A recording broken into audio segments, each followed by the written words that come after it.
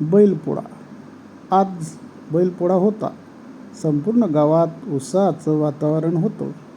प्रत्येक शेतकरी आपल्या बैलांना आंघोळ घालून, शिंगांना रंग लावून, गळ्यात फुलांचे हार घालून सण साजरा करत होता.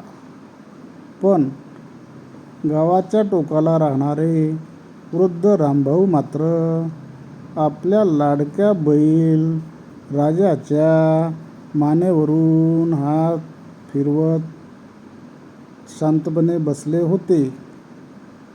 त्यांच्या डोळ्यात अश्रू होते. रामभाऊ, राजा, 20 वर्ष तू माझ्यासोबत राबलास. तू बैल नाहीस रे, माझ्या घरचा सदस्य आहेस. तेवढ्यात शहरातून त्यांचा मुलगा संदीप घरी आला. संदीप, बाबा, हा म्हातारा बैल ठेवून काय उपयोग? उद्या व्यापाऱ्याला विकून टाका. रामभाऊच्या डोळ्यातून अश्रू वाहू लागले.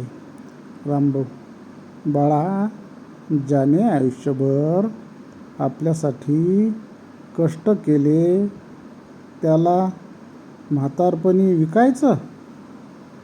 उद्या मी म्हातारा झालो तर मलाही असंच सोडून देशील का?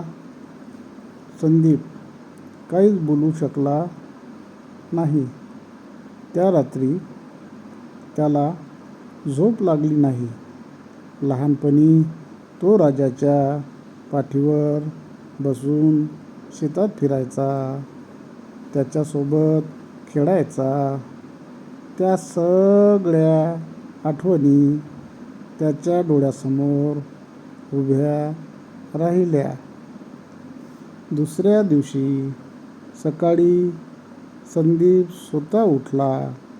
त्याने राजाला प्रेमाने आंघोळ घातली, शिंगांना रंग लावला, गळ्यात नवीन घंटा आणि फुलांचा हार घातला. तो वडिलांसमोर येऊन त्यांच्या पायावर पडला. संदीप, बाबा, मला माफ करा. पैसा कमवताना माणुसकी विसरलो होतो. राजा कुठेही जाणार नाही, तो आपल्या घरातच राहील. रामभाऊंनी हसत राजाच्या मानेवर हात फिरवला. जणू राजाच्याही डोळ्यात समाधानाचे अश्रू चमकत होते. त्या दिवशी गावात सगळ्यांनी एकच गोष्ट म्हटली, ज्या घरात जनावरांवर प्रेम असतं तिथेच खरी लक्ष्मी आणि देवाचं वास्तव्य असतं.